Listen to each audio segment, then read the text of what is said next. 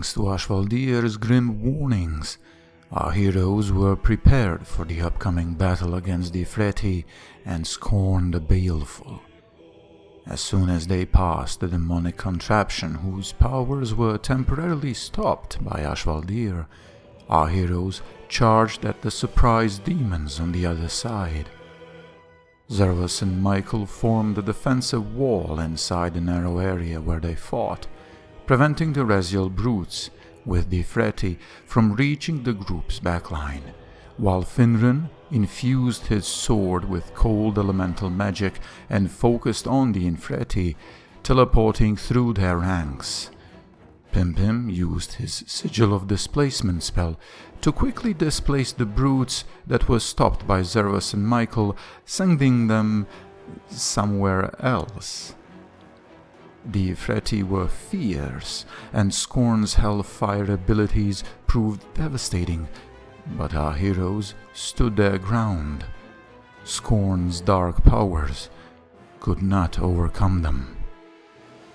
Once the battle was over, and our heroes had Scorn's amulet in their possession, they decided to search their surroundings before returning to Ashvaldir the Chained.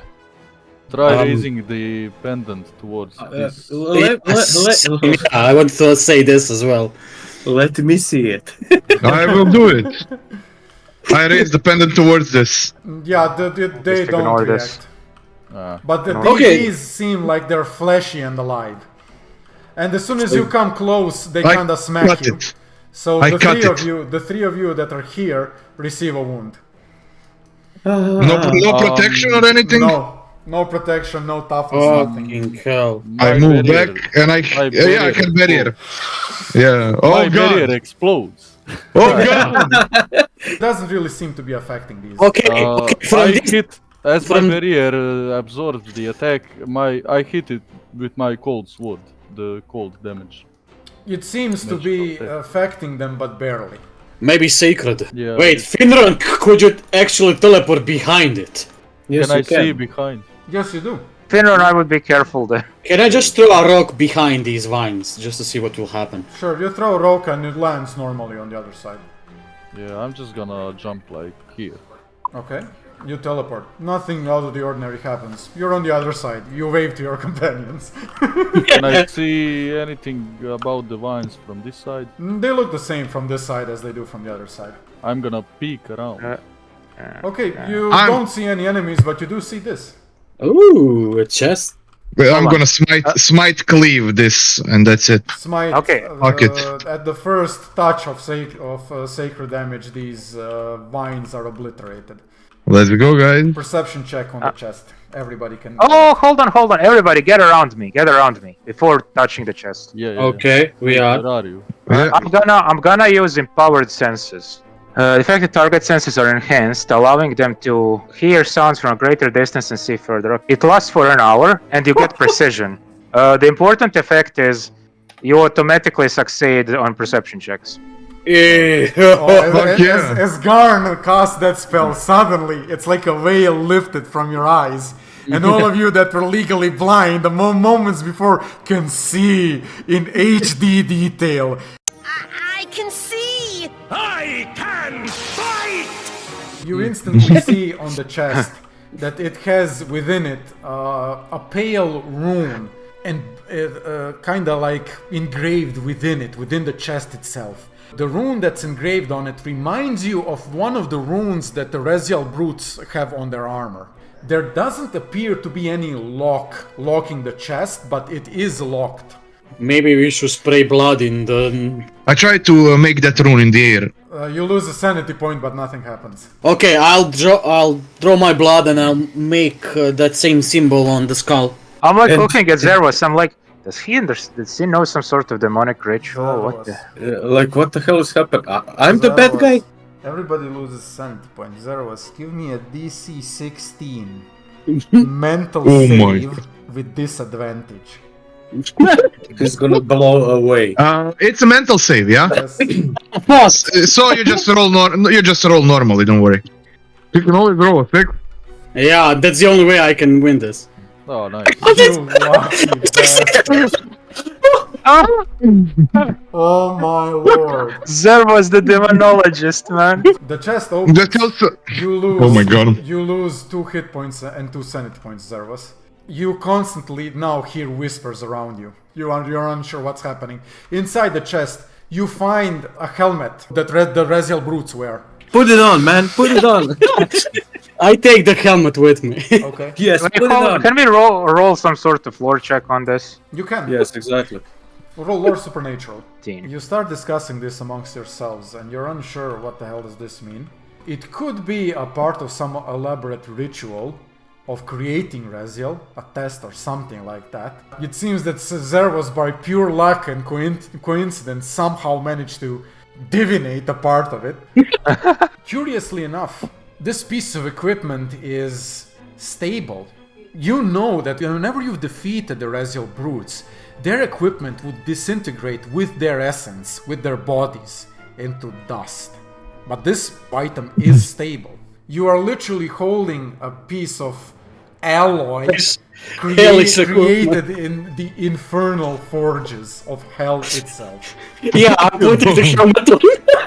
I'm just gonna say, What the fuck Zervos, is that? What? I didn't know you knew demonology. Where's You this do. coming from? You did realize that this whole place has blood written all of it. It's So wait, common you're sense. telling me you don't know demonology? You just splattered blood on it because you thought that would be the right thing to No, do. we all noticed that it's the same. It has the same symbol Rezial brutes do. Yes. And therefore we should splatter blood on it? In the symbol, yes. We should go back to the dragon. Yeah, let's But go. we can check this Lollygag. place. Let's ask the dragon about the artifact. Let's not lollygag. Hell. Guys, let's check this place here. Yes. Let's not go there yet. Yeah. There seems to be some stairs here. Let's not. I wonder if they lead downwards into a worse version of hell. As There are you infinite approach the versions. infernal contraption, once again you can feel the power of the dragon manipulating it, and it opens for a brief moment, allowing you to pass. Zervas, Yes? the artifact that's constantly following you. For some reason, you're unable to get to closer to than 6 meters from it.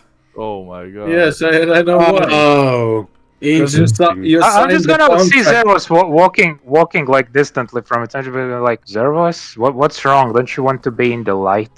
Wait. Yeah, I drop the though. helmet down and I see what will happen now. DC You do not drop. 16 mental save. You do not drop the helmet. You will become a Rezial brute, my friend. You are the helmet. The helmet. You literally signed a contract with the devil in blood. Yep.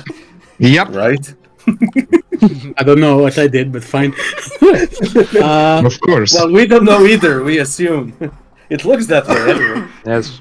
Nope. Yeah, no, instead of dropping it, for some reason you put it on top of your head. No, I don't want to put it. Yes. What the fuck? I do not want to drop. Oh, fuck. I just turn to Garn and look at him. Yeah, I think you might have been right, old friend. I think he might have done something. I'll fully understand. I can't control my body.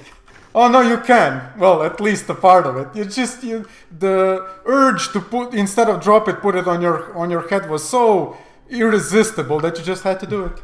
You have dark vision.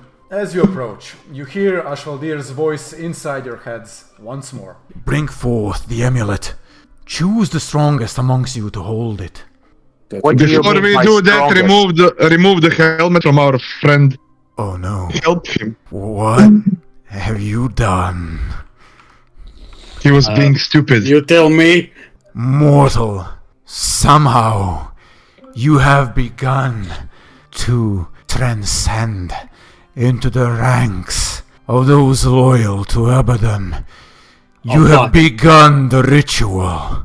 Oh no! I have. Oh fuck. I mean, Zervos, wasn't this what you intended to do? No, what? Why would I? I don't know. You splattered the blood on it. You splattered Yep. blood on the rune. I didn't sign up for this. Oh yes, you You spilt? Literally started yourself. You spilt your blood. You made a blood oath.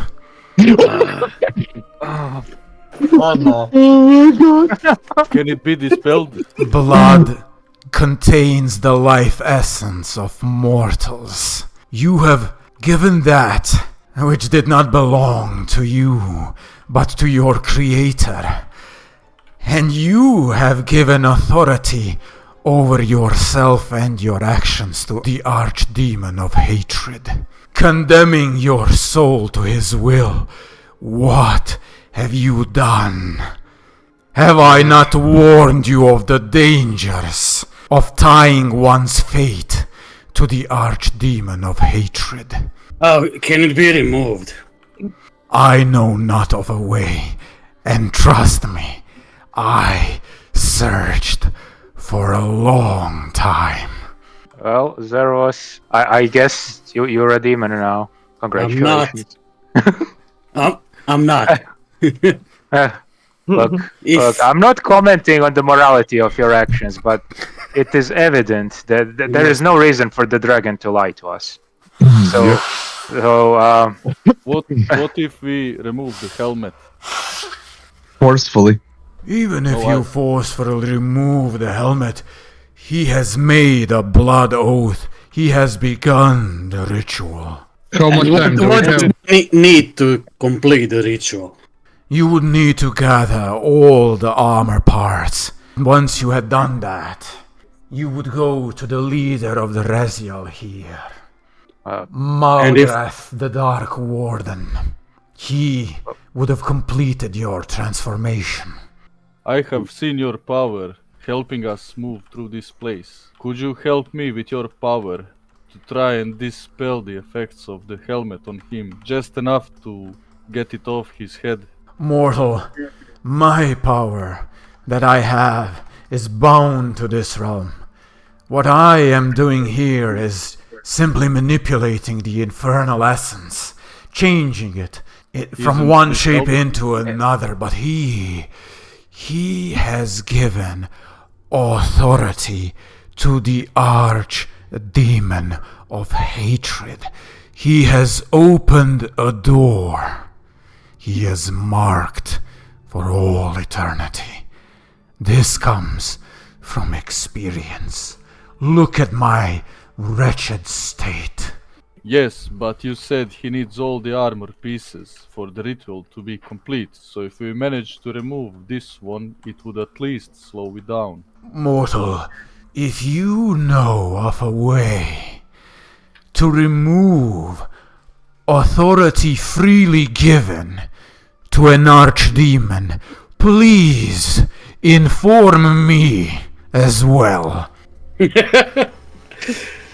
I'm not I asking know the power what- to remove the will, I'm asking to help me remove the helmet. I don't think Removing removing the helmet will do would anything. would not do anything. I know of The a way. helm is irrelevant at this point. What's relevant is the oath. I know of a way. What is it, Michael? You're not gonna like it. But the one that has all the authority, even over the archdemon. The one. And how would you invoke the one in a place where there is no presence of him? There is. It's floating behind us. Yes, I feel something strange coming from that thing that keeps following you. What is that girl? Who is she? That's hope. Hope? The light in the darkest of places. That same child managed to break us free from the demonic possession. If that child can do that in the worst of the places, I think she may be the key of breaking this oath. Demonic possession, you say? The demonic possession that she freed you from, was that willing or unwilling? Unwilling.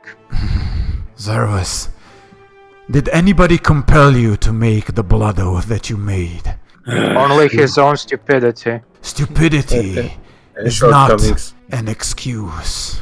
Exactly. True. I fear that creature won't be able to help you, little mortal. Foolish of you. Very foolish indeed.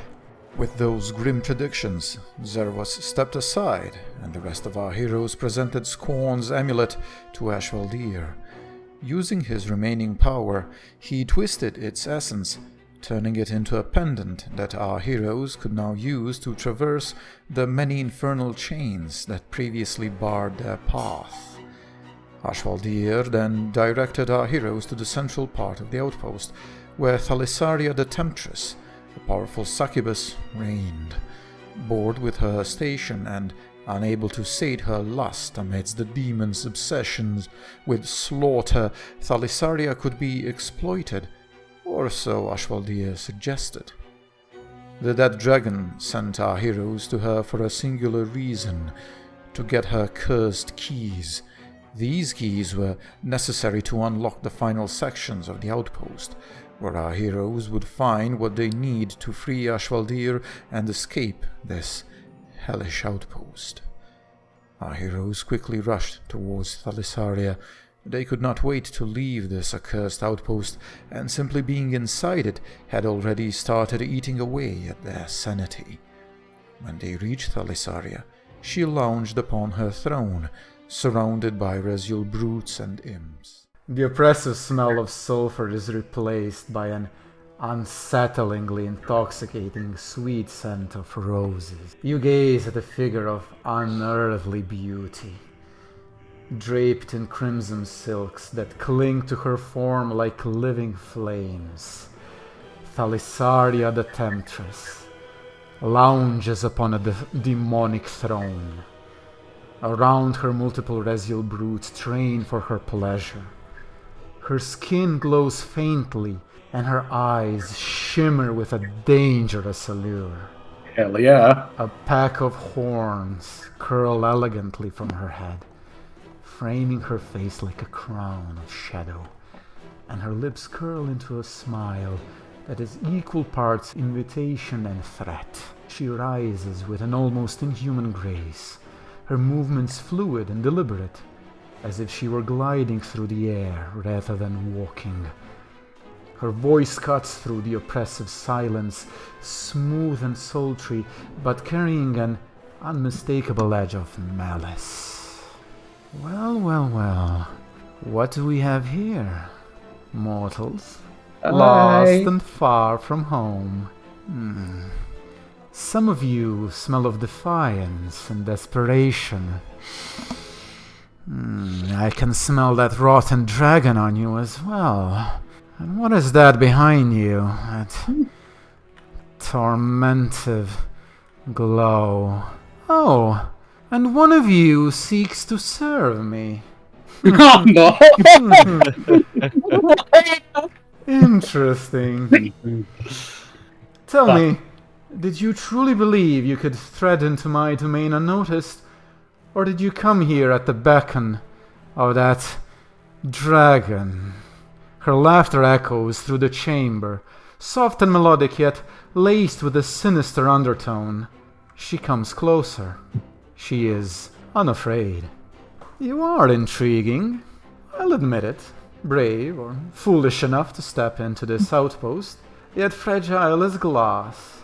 Tell me, what binds you together? Is it trust, loyalty, or merely necessity? Such bonds are so deliciously fragile. She pauses, her eyes narrowing as she studies each of you in turn, her voice dropping to a teasing whisper. I wonder, which of you is the weakest link? Which of you harbors doubts about the others? Secrets, perhaps? Oh yes, I can see them glimmering beneath the surface. Shall I bring them to light? And she steps forward. Okay. Hello, darling. I have heard that you don't really like this place, this outpost. Is that true? Sean Connor is in the house. She takes a whiff I can sense who you serve. You cannot deceive me. No, I'm not deceiving you. Oh, I'm just asking. how is it then? You merely claim to serve the great enemy, the tyrant. She steps forward. Her hand brushes your chest plate, Michael, as she steps closer. Her face mere inches from yours. In a single fluid motion, she captures her lips in a slow, lingering kiss before you can even react. Oh, you're charmed now, boy. When Thalisaria pulls away, her expression twists into something cruel and triumphant. She looks at the sky. Suddenly, ominous whispers fill out the entire area.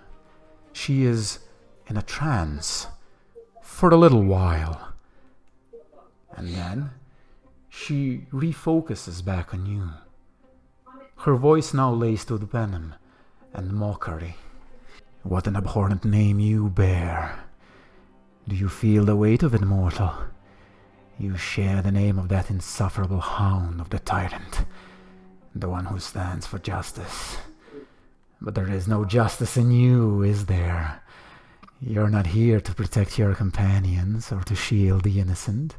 Oh no, I can see it in you. You long for something else entirely.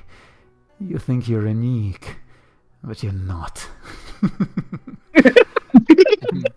So predictable. She laughs, a chilling sound that echoes around you.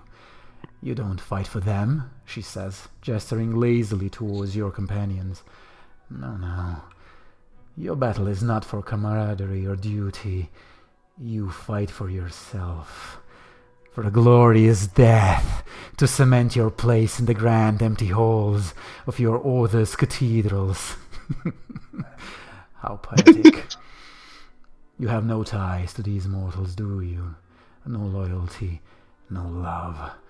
They are tools, nothing more. And when the time comes, when you return to your zealous brothers, you will cast them aside as easily as a blade that no longer serves you, as you already did. Oh, and what a scene it will be. She stops abruptly, leaning in close once more, her voice soft, but dripping with venom, whispering in your ears, Michael. I can see it already. You will slaughter the spawn of Lilith, that little creature you travel with, to cleanse his sins and appease your author's insatiable thirst for blood. Yes, I can see it now. You are not a protector. You're a killer, a glorified butcher, hiding behind a shroud of righteousness. The only difference between you and Freya is that her betrayal already happened, whereas yours is yet to come. Her laughter fills the chamber, a haunting melody of malice and mockery. She steps back from you and goes to Freya, her lips curling into a smile. Before Freya can react, Thalisaria moves with unnerving swiftness, planting a slow, deliberate kiss. To Freya, the world seems to tilt for a moment, the edges of reality warping.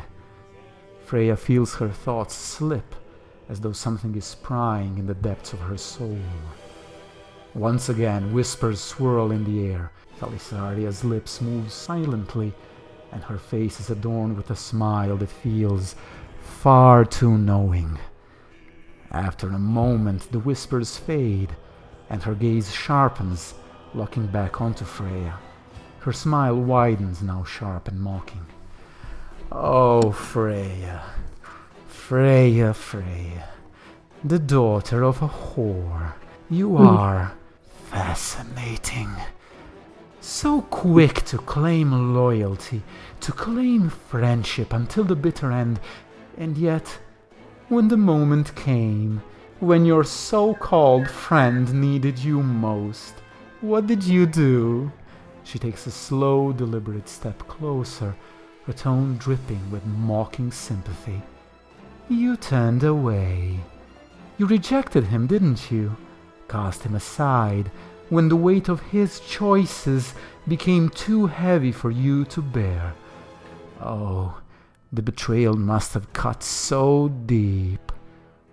Poor little spawn of Lilith, all alone in his darkest hour. And you, the one who should have stood by him, left him to drown. Talisaria's laughter fills the area, silken and cruel, echoing in the air like a haunting melody. You call yourself a hunter, but your prey is not beasts or demons, is it? No, it is trust. It is the bond of friendship. You shatter it with every step you take, every promise you leave broken.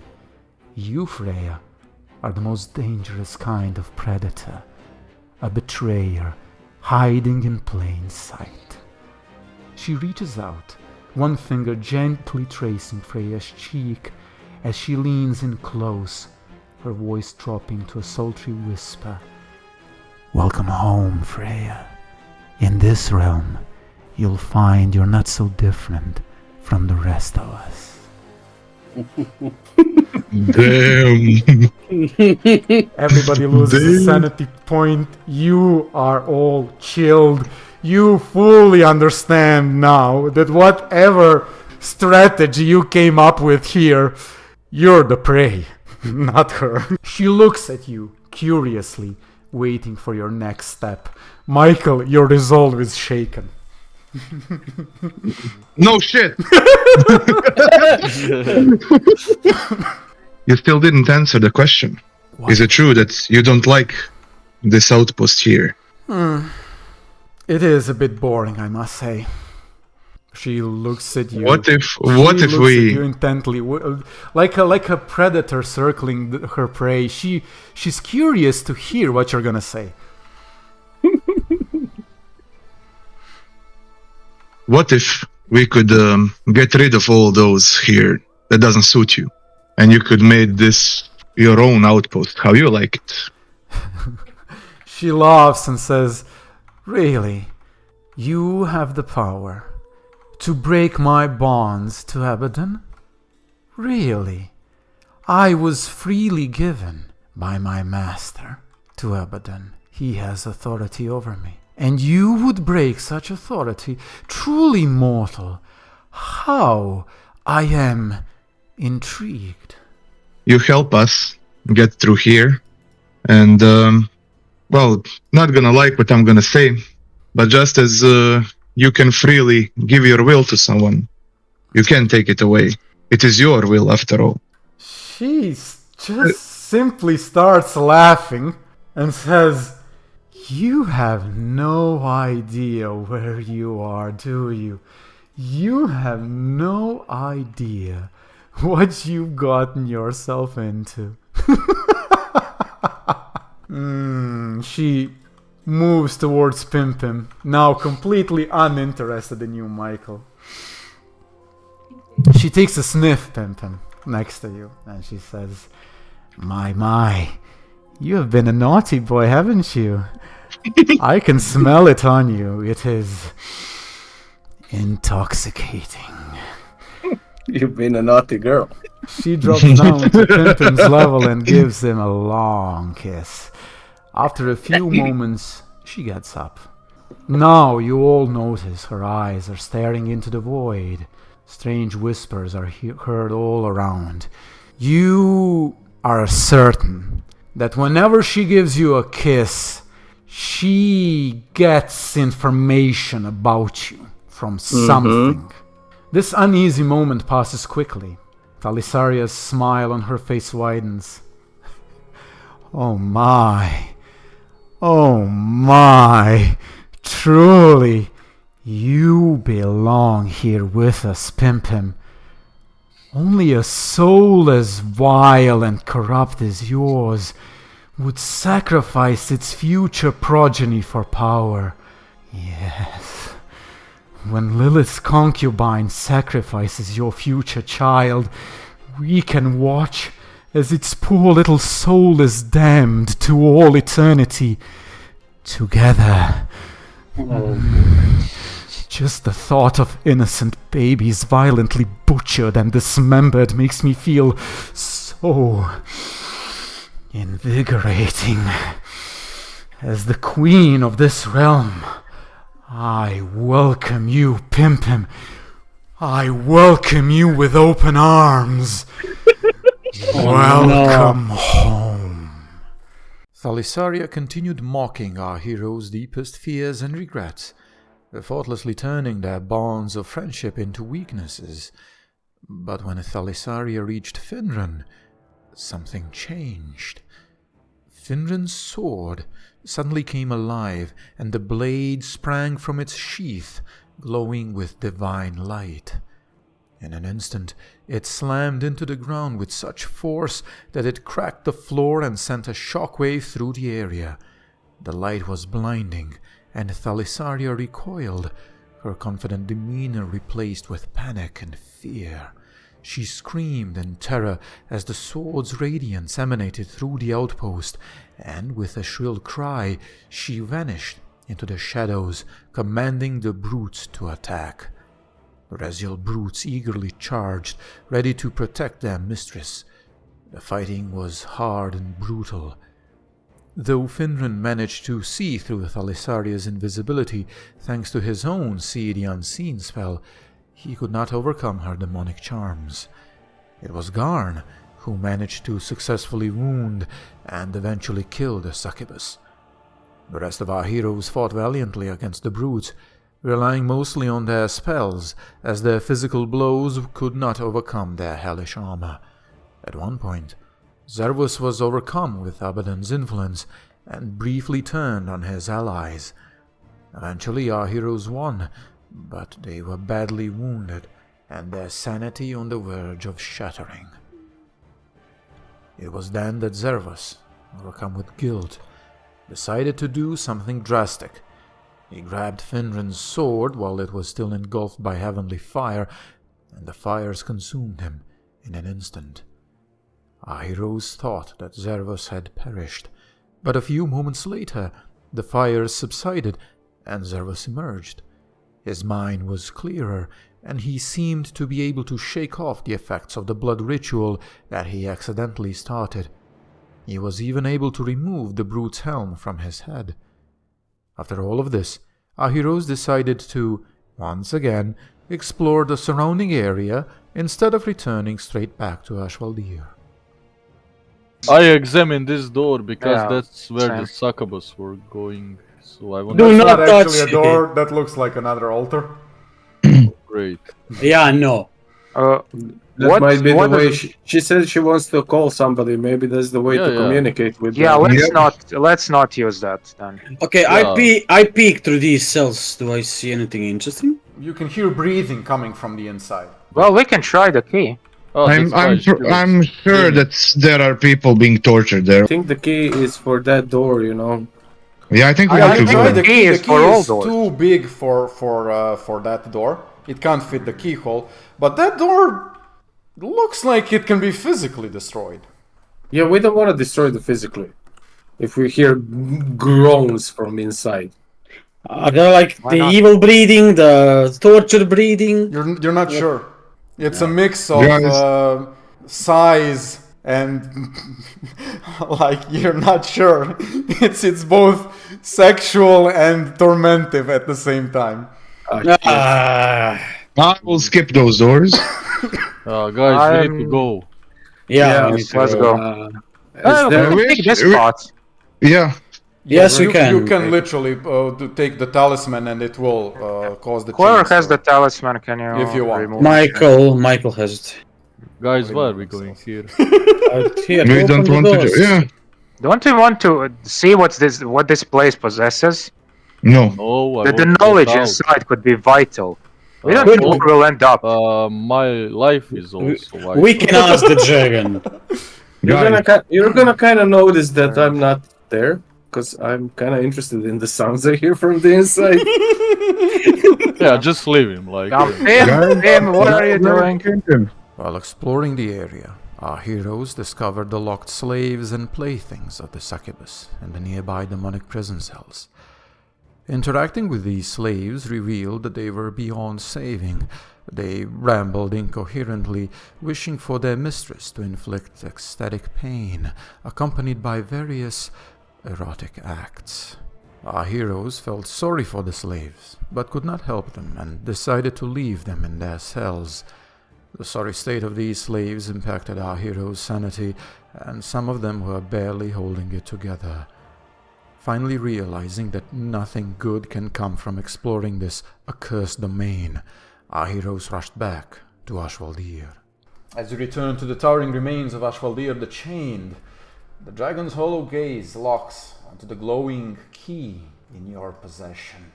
So, you've destroyed the Temptress.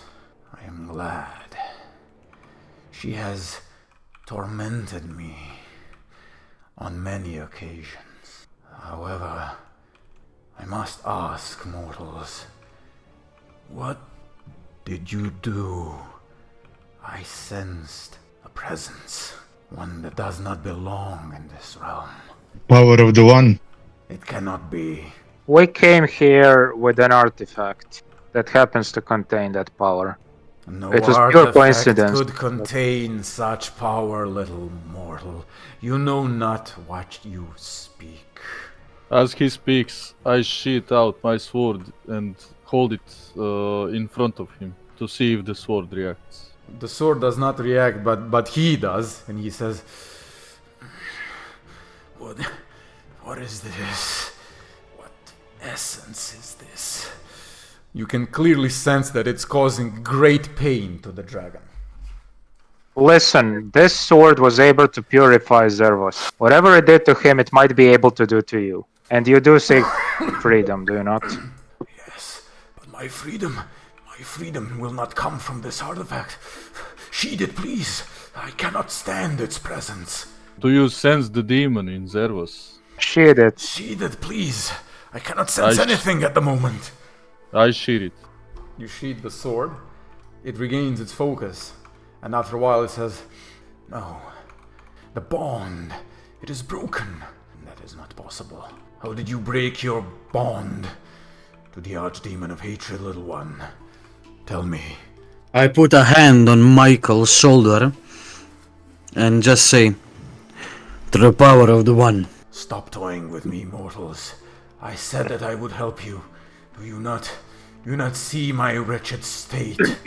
You speak of us not understanding things, but I think you are the one that doesn't understand the things at work. Are you sure Freeze. it's so far gone that you think this possibility isn't an option? he kind of chuckles ominously and continues on. If you seek to leave this realm, you will have to free me. And it will not come through that artifact. You now hold Thalisaria's key, the symbol of dominion over this forsaken outpost. Use this key to open the furthest reaches of this wretched domain. Now, two paths lie before you, little ones. You may seek Malgrath, the Dark Warden. You have heard this name be spoken before. He is in charge of training various warriors and reforging them into the Reziel. He is a Reziel overseer, a foe of impossible strength. Defeating him will not be easy. Or, if you wish, you may summon Malavis the Heartless, the ruler of this outpost. He is a creature of rage and torment, who thrives on carnage and suffering. You need to defeat one of these two and bring me their weapons.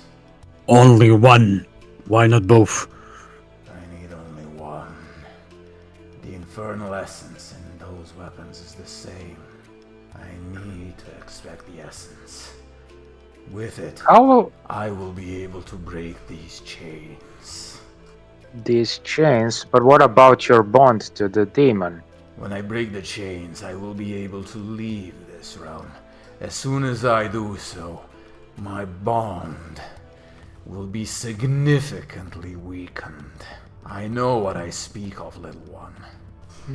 Very well, if you'll take the risk. Once free, I will leave this realm alongside you, and I will find a way A way for what? to free myself. But you said the freeing is not possible. Not for you. And yet we stand free while you are still bound. Exactly.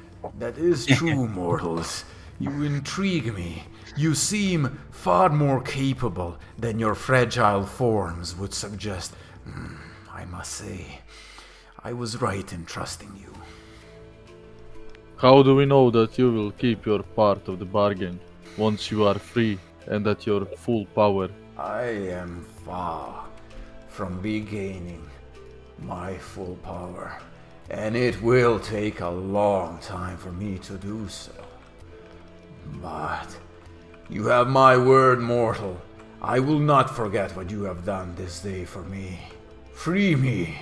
I will not only lead you from this place, but I will repay your kindness. You have the word of Ashvaldir. Very well. Let us go find these overseers. Where can we First one Over there. lies at the very top of this accursed realm. Point your gaze up, and you will see it. A floating island, chained. That is where you will find the warden. On the other hand, should you wish to summon Malvis, you can now retrace your steps and pass through the door using the key and perform a ritual which will summon him back into this realm. Wait, Neither he's one outside. of them will be alone.